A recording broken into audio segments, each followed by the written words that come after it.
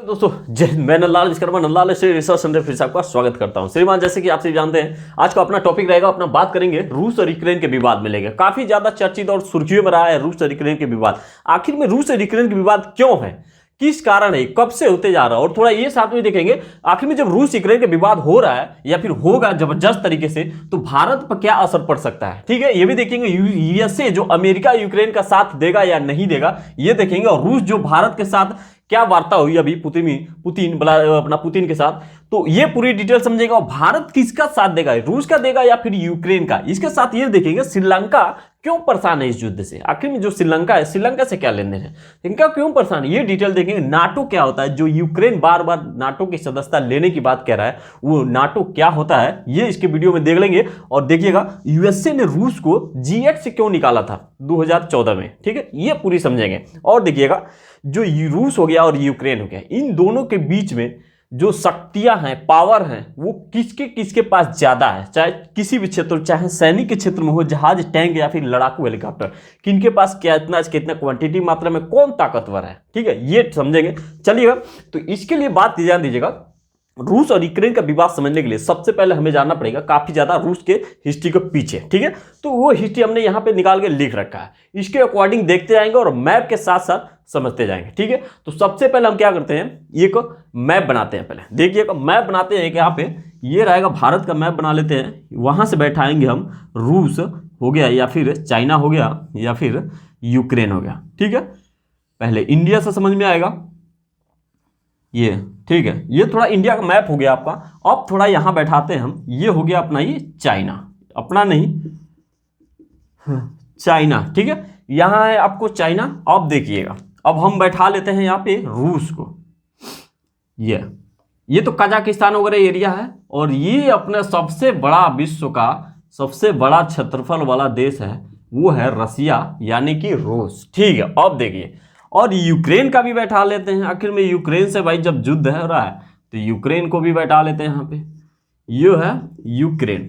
ठीक, अब देखिए क्या होगा।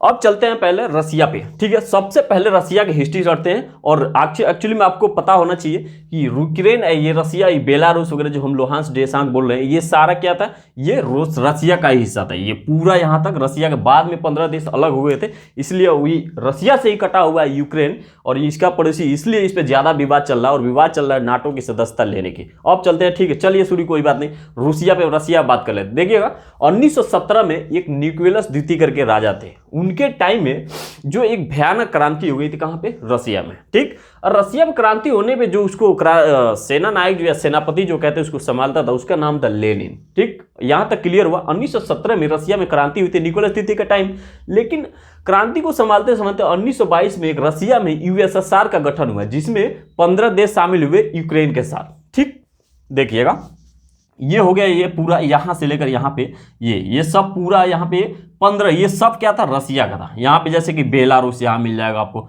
Luhansk, Donetsk, Kazakhstan, Uzbekistan, Turkmenistan, ये ऐसे ऐसे करके 15 देश थे जो क्या हुआ, यूएसएसआर का गठन किए। यूएसएसआर, ठीक, यूएसएसआर का मतलब समझिएगा union of Soviet socialist Republic. ठीक, यूएसएसआर का गठन हो गया 1922 में, जिसमें 15 देश शामिल हो गए। 15 देश के साथ साथ यूक्रेन भी शामिल हो गया। ठीक, अब यहां पे ये अभी तक यूएसएसआर में ही है, लेकिन क्या हुआ 5 साल बाद जाके, ये 5 साल बाद तो जाके यहाँ पे ये हो गया, लेकिन फिर से वहां तक सही चला। 1991 में फिर से जाके 1922 से लेकर 1991 तक सही, लेकिन सही चला था। लेकिन 1991 में क्या हुआ, ये फिर से उन्हें क्या हुआ, अलग हो गया। ये क्या हुआ, फिर से उन्होंने क्या हुआ, 1991 में यूक्रेन अलग होने के बाद, अलग के साथ साथ ही 15 देश भी और टूट गए। ठीक, 15 देश भी अलग हो गए। क्लियर हुआ। अब देखिए, यानी कि यूएसएसआर टूट गया, ये हो गया रसिया 70% हिस्सा लेके फिर भी विश्व का सबसे बड़ा देश रहा। यहां तक हो गया ये रसिया, और ये रह गया यूक्रेन, यहां हो गया बेलारूस, यहां कजाकिस्तान, तुर्कमेनिस्तान, ये सब अलग अलग क्या हुए, टूट गए 1991 में। अब देखिए क्या हुआ 2014 में। बात यहां तक तो कोई बात नहीं, ठीक है। बात यहां समस्या आ गई जब 2014 आया। 2014 में यूरोपीय संघ का क्या, यूक्रेन ने क्या कर दिया, मांग कर दिया कि हम यूरोपीय संघ में। अब यूरोपीय संघ में थोड़ा यहां ध्यान दे दीजिएगा, ये है, ये तो पूरा आता है ये यूरोप में ही, लेकिन यहां पे यूएसए, ये कनाडा, हाँ ये सब ये क्या, ये अपना ये अमेरिका है। ठीक, अमेरिका, यही यूएस है। ठीक, अब देखिए ये सब जिसमें क्या होता है यूरोपीय संगठन में, बीच में है फ्रांस, इटली, जर्मनी वगैरह सब। ठीक है, बात हम इसकी करते हैं 2014 में यूरोपीय संघ की अपना यूक्रेन ने क्या कर दिया, मांग कर दिया। तो इसके में गुस्सा होकर अपना क्या कर दिया, उसके उस टाइम के जो यूक्रेन के जो राष्ट्रपति थे यहाँ पे, ये पेट्रो अनुकुई करके थे, उन्होंने क्या हुआ बहुत ज्यादा ये मतलब इसमें मांग कर दिया कि हम यूरोपीय संघ में सम्मिलित होंगे, और रसिया को पसंद नहीं था।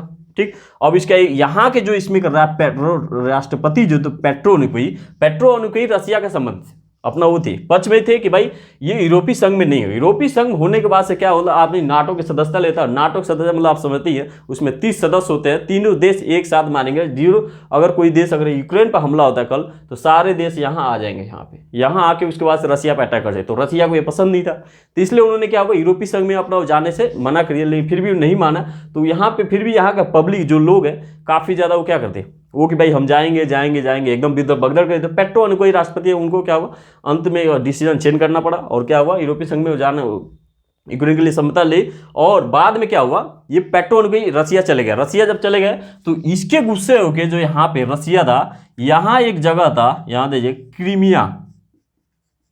क्रीमिया, ये क्या था इसका, ये था यूक्रेन का हिस्सा था। 2014 में तो यूक्रेन यूरोपीय संघ का सम्मिलित होने के लिए मांग किया था, और उसके बाद 2014 में जब पेट्रो अनुकुई यहाँ चले गए, तो 2014 में ही या क्रीमिया को क्या कर दिया, ये रूस ने क्या अपने अंडर ले लिया, अटैक कर लिया। कोई देश कुछ नहीं बोला, क्योंकि उस टाइम तो नाटो की सदस्यता थी नहीं, अभी भी नहीं है नाटो की सदस्य। अब यहाँ इसके जस्ट नीचे है सी ऑफ अजैब, वो भी सागर उसके अंडर है, कब रसिया का अंडर आ गया। ये बेलारूस, अब बेलारूस पे भी इसके ये भी अंडर ही आ गया। तो ये लगभग ये क्या हुआ, क्रीमिया को क्या उसने क्या कर दिया, कब्जा कर लिया, कौन, रसिया ने। अब देखिए क्या हुआ, करने के बाद कोई कुछ नहीं बोला, लेकिन 2015 जब आया तो रूस और यूक्रेन के बीच क्या हुआ, समझौता हुआ, उसको बोलते हैं मिन्स्क एग्रीमेंट। ये बेलारूस में हुआ, मिन्स्क में। यहाँ पे एक समझौता हुआ कि भाई कोई दिक्कत नहीं, हम यूरोपीय संघ कोई नहीं करेंगे, कुछ नहीं, हम मिलजुल के रहेंगे, अपना साथ बिजनेस से व्यापार सब कुछ करेंगे, ठीक है, कोई कुछ नहीं। लेकिन क्या हुआ, 2 साल बाद 2017 में नाटो की सदस्यता फिर से यूक्रेन ने क्या कर दी, मांग कर दी कि हम यूरोपीय संघ नहीं, डायरेक्ट हम क्या करें, नाटो की सदस्यता लेंगे। अब अमेरिका के कहने अनुसार अब इसने नाटो की सदस्यता लेने की मांग कर दी। अब वैसे उसी टाइम से युद्ध धीरे धीरे चलते चलते, नाटो क्या होता है थोड़ा नाटो के बारे में समझ लीजिएगा। 4 अप्रैल 1949 को नाटो क्या हुआ, स्थापना हुआ था। ब्रुसेल्स और बेल्जियम इसकी अपना गठन है, मेन हेड ऑफिस है। उसके साथ साथ ये देखिएगा, जो नाटो में 30 सदस्य हैं, नाटो की आर्टिकल 5 ये कहता है ना कि उसमें अगर 30 सदस्य हैं, 30 देश हैं, 30 देश में अगर किसी एक देश पे कोई किसी बाहरी आक्रमण होता है या कोई दूसरा देश अटैक कर दे, 30 के 30 जाकर उस पर अटैक करेंगे, 30 के 30 से समझेंगे। अब देखिए कहानी क्या है, अगर ये यूक्रेन नाटो की सदस्यता ले लेता है, ठीक, तो यहाँ तक इसकी सैनिक आ जाएगी। ये यूक्रेन हो गया पूरा, रसिया के पूरे आसपास पे सैनिक पूरा 30 देश का भी आ सकता है। 30 देश में एकदम सब खतरनाक, फ्रांस, इटली, जर्मनी, ये सब कनाडा वगैरह सब क्या आते हैं, ये 30 देश उसी में सब एकदम खतरनाक ही खतरनाक वाले। अब रसिया भाई कहाँ है, पूरा यूरोप में, यहाँ कहीं फ्रांस है, इटली है, जर्मनी है, यहाँ जापान है, मतलब ये कहाँ किससे लड़ेगा रसिया, ठीक है। तो ये रसिया, इसको ये पसंद नहीं था, ठीक, रसिया को, तो इसलिए बस ये मना कर रहा है। रसिया को दिक्कत ये है कि तुम नाटो की सदस्यता मत लो, ठीक है। अभी ये कह रहा नहीं हम नाटो की सदस्यता लेंगे, ठीक है। तो यहाँ के रसिया के इस टाइम राष्ट्रपति का नाम है पीएम का व्लादिमीर पुतिन, और वहाँ है जेलेंस्की जो पेशे कॉमेडियन थे वो पहले, ठीक है, ऐसा कहा जाता है, हकीकत है, ठीक। अब देखिएगा समस्या यहाँ से आ रही है, लेकिन अब क्या हुआ, ये जो यूएसएसआर अपना ही है, ये रसिया है, ये धीरे धीरे लोहान से हो गया, ये डोनस हो गया। डोनस पे भी धीरे धीरे कब्जा कर चुका है, किसके अकॉर्डिंग, ये यही की जो ये ना, ये रसिया के नस्ल है, लोहांस और डोनस, ये भी है, डोनस भी, और ये पूरा आता है डोनबास रीजन में आता है, रीजन में आता है। ये पूरा इनको कवर कर चुका है आसानी से, कौन, ये रसिया, ठीक है। और ऊपर बेलारूस में भी कर चुका है। ये काफी ज्यादा अटैक, काफी ज्यादा नुकसान हो सकता है क्या यूक्रेन के लिए अगर थर्ड वार होता है तो, ठीक है। ये तो काफी, ये जब कुछ अपना हिस्ट्री किसका, यूएसएसआर का काफी ज्यादा। एक बार और ध्यान दीजिए, 1917 में निकोलस द्वितीय की क्रांति, उसमें लेनिन ने उनका संभाला था। 1922 में यूएसएसआर का गठन हुआ, यूक्रेन उसमें क्या हुआ, 15 देश के साथ साथ सम्मिलित हुआ, ठीक, यूएसएसआर फिर से 1991 में क्या हुआ, अलग हुआ, टूट गया, उसका विघटन हो गया, यूक्रेन भी अलग हुआ, 15 देश भी धीरे धीरे अलग हुए। 2014 में यूक्रेन ही सबसे खतरनाक है, और 15 देश कुछ नहीं बोल रहे, यूक्रेन ही सब बोल रहे हैं। 2014 में बोला हम यूरोपीय संघ में सम्मिलित होंगे, ठीक है, यूक्रेन। तो उसके बाद से रसिया ने क्या किया, पिलर नीचे का हिस्सा क्या हुआ, क्रीमिया क्रीमिया को अपने अंडर वर्चस्व से लहरा दिया, पूरा काला सागर वगैरह नीचे है, काला सागर को भी ले लिया, ये अजोब सी को भी सब अपने अंडर ले लिया। अब कोई कुछ नहीं बोला। 2015 में क्या वो समझाता, कोई बात नहीं हम कुछ नहीं करेंगे। लेकिन 2017 में अमेरिका ने इसने क्या कर लिया, यूक्रेन ने फिर से मांग लिया हम नाटो की सदस्यता लेंगे। और नाटो आपको बता ही दिया मैं, 31 प्रकार 3 यूनियन होता है उन लोग का। अगर ये नाटो में जाना मतलब बहुत नुकसान है फिर तब रसिया के लिए, ठीक है। इसके लिए रसिया चाह नहीं रहा है। इसी बात को लेकर बस एक भाई अपना तुम रहो, कोई दिक्कत नहीं, क्योंकि रसिया से ही टूटा हुआ है ना यूक्रेन, ठीक है। अब देखिएगा कुछ क्वेश्चन पे आ जाते हैं। भारत पे क्या असर पड़ सकता है? भारत पे असर रूस और यूक्रेन पे काफी ज्यादा पड़ सकता है, क्योंकि ये देखिएगा, ये है यूक्रेन, ये है भारत, ठीक, और या फिर रूस है।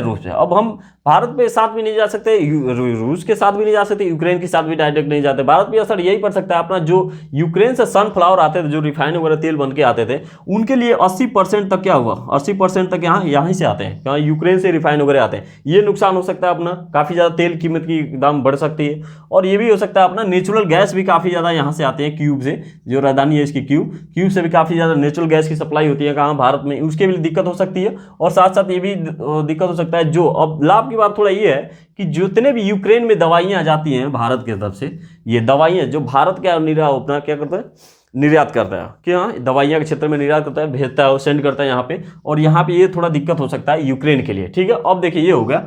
अब दूसरी बात कर लेते हैं, यूएसए जो यूक्रेन का साथ देगा या नहीं देगा, यूएसए जो अमेरिका है यूक्रेन का साथ देगा या फिर नहीं देगा। इसमें देखिए ये जो बाइडेन कह रहा हूं अपना, ये अमेरिका के जो बाइडेन, उन्हें सिर्फ मना कर दिया है कि हम अमेरिका यूक्रेन का साथ जब भी देंगे जब वो नाटो की सदस्यता लेगा। अब नाटो की सदस्यता अभी तक ली नहीं है, तो हम डायरेक्ट वहां पे साथ सीमा अपना सेना नहीं भेज सकते हैं, ठीक है। तो ये कोई इसमें देखिए अभी तक तो साथ भरपूर रूप से दिया नहीं, क्लियर एकदम। अभी जितना युद्ध हो रहा अभी अमेरिका साथ दिया नहीं, तो अभी दे भी सकता है, नहीं भी दे सकता है, ये उसके ऊपर है, नाटो की सदस्यता के ऊपर है, नाटो की सदस्यता के ऊपर अंडर मेंटेन करता है। रूस भारत के साथ क्या बर्ताव है देखिएगा।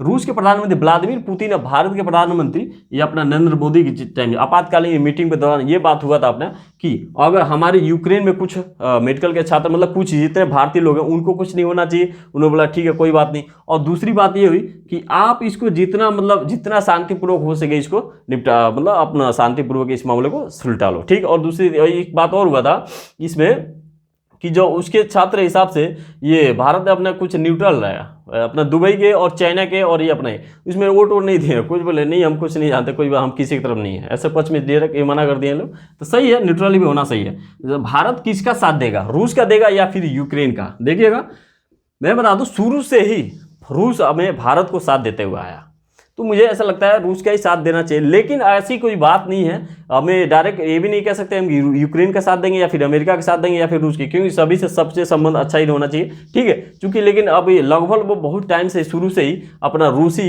क्या हुआ साथ देता है। अब 1971 का युद्ध हो गया, या फिर S-400 को ले लो, ये सब क्या हुआ, S-4 विक्रमादित्य, INS विक्रमादित्य वगैरह, सुखोई, ब्रह्मोस, ये सब क्या हो, रूस ने ही दिया था हमें भारत को ही।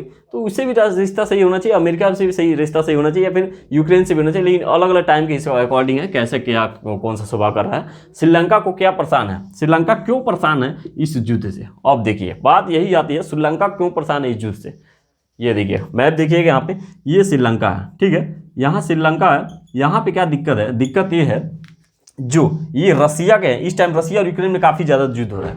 रसिया में काफ़ी ज़्यादा दिक्कत है, रसिया से जितने भी रूबल वगैरह आते हैं ये सब बंद हो गए, ये अपना ट्रैवलिंग वगैरह सब बंद हो गए। और बात ये है कि श्रीलंका से टी जाती है, यानी कॉफ़ी या चाय वगैरह कहाँ जाता है, यहाँ पे रसिया में। तो भाई यहाँ रसिया में युद्ध और यूक्रेन में युद्ध छेड़ा हुआ, ये निर्यात कर नहीं सकते। तो यहाँ पे क्या हुआ, मात्र 7.5 घंटा श्रीलंका ने सीधे कर दिया है कि 7.5 घंटा, श्रीलंका ने 7.5 घंटा ही आपको, मात्र 7 घंटा 30 मिनट ही आपको बिजली मिल सकती है। कहाँ पे, श्रीलंका में। अब बताइए, डायरेक्ट 1996 में इससे पहले घटना हुआ था, अब हो गया डायरेक्ट 2022 में, 26 साल बाद ये हुआ ऐसा घटना, जो 7.5 ही घंटा लोग बिजली 24 घंटे में मिलेगी, क्योंकि बिजली उत्पादन हो ही नहीं रहा। आर्थिक एकदम कदे महेंद्र राजपते सब कहानी खत्म इनकी, ठीक है। तो मतलब ट्रैवलिंग होने के क्षेत्र में कोई कुछ आयात निर्यात आ ही नहीं रहा है, कोई मतलब कुछ आ ही नहीं रहा है, इसके लिए दिक्कत हो रहा है। नाटो क्या होता है, नाटो आपको बता दिया 30 सदस्य का एक अपना क्या होता है, ये नॉर्थ अटलांटिक टेरिटरी ऑर्गेनाइजेशन है, 30 सदस्य, ब्रुसेल्स में इसका, ब्रुसेल्स बेल्जियम इसका क्या हुआ संगठन, ये हेड ऑफिस है।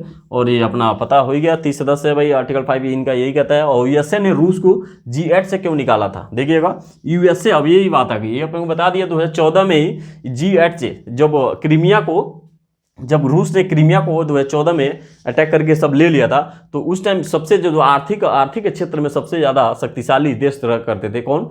इधर जापान, इधर आप ले लोगे जापान, हाँ जापान यहाँ पे ले लो, जापान और रूस इधर था, और यहाँ बीच में था France, Britain, France, Germany, Italy, और इधर ले लोगे तो कनाडा और अमेरिका। ये सब 8 देश थे यूरोपीय संघ में। ये पूरे एक आर्थिक विश्व के सबसे ज़्यादा मतलब धनी मनी एक पूरा देश रहते थे। उनका एक G8 करके 7 था, लेकिन बाद में इन्होंने रशिया अमेरिका ने निकाल दिया, तो ये क्या होगा? G7 हो गया। ठीक है, तो रशिया को निकाल दिया गया था इसी को मतलब क्यों? क्रीमिया को लिया था वो। कौन ताकतवर है देखिएगा, रूस में और यूक्रेन के बीच कौन ताकतवर है? रूस की देखिएगा जो पावर है, शक्ति है, सैनिक के क्षेत्र में अगर मैं बात करूं तो रूस के पास 8.5 8.5 लाख सेना है, 8.5 लाख सेना, 8.5 लाख सेना करीब में, और 2 लाख सेना कौन है?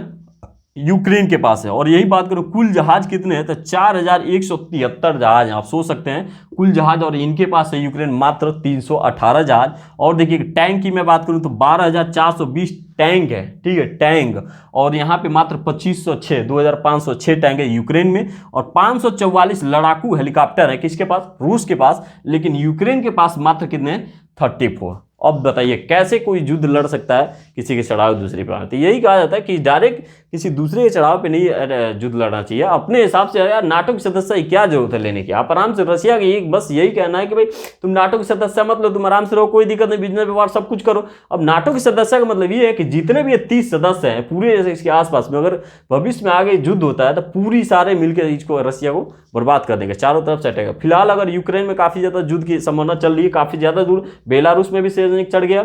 ये लुहांस और डोनेट्स्क जो मैं बोल रहा हूँ आपको, डोनबास जोन में, ये पूरा अपने बड़का अपना ये क्या करें, वहां पे सैनिक, रूस के सैनिक आ ही गए हैं। ठीक है, वहां की खुद जनता कह रही है कि हम यूक्रेन में रहेंगे, हम कहाँ रहेंगे? रशिया में रहेंगे, क्योंकि वो आसपास का बॉर्डर है, तो रशियन के ही नस्ल है वो वहां पे, कौन सा? लुहांस्क और डोनेट्स्क में। ठीक है, और एक क्रीमिया पहले से ले ही चुका है, तो यहाँ से अटैक कर सकता है, और डोनेट्स्क में ही है, इसके जस्ट बगल में क्यूब में जो इसकी राजधानी, काफी ज्यादा वहां लगातार गोलीबारी चल ही रही है। ठीक है, तो और बाकी आगे जो रूस और यूक्रेन के बारे में जाके कुछ नोटिस आते हैं तो उसके बारे में हम समझ लेंगे। और वर्ल्ड वार जो परमाणु बम की बात हो रही है, ये काफ़ी ज़्यादा इतना आसान नहीं है। अगर आसान इतना हो जाए तो वर्ल्ड वार 3 हो जाएगा, हालत ख़राब हो जाएगी पूरी देश के। ये नहीं कि भारत को नहीं, पूरी देश को हो सकता है, या फिर रूस के यूक्रेन के नहीं, पूरी देश को नुकसान हो सकता है। आपको पता होना चाहिए जो परमाणु बम हुआ था अमेरिका द्वारा, पहले परमाणु बम, ये अगर हो जाता है तो दूसरी परमाणु बम अटैक हो जाएगा।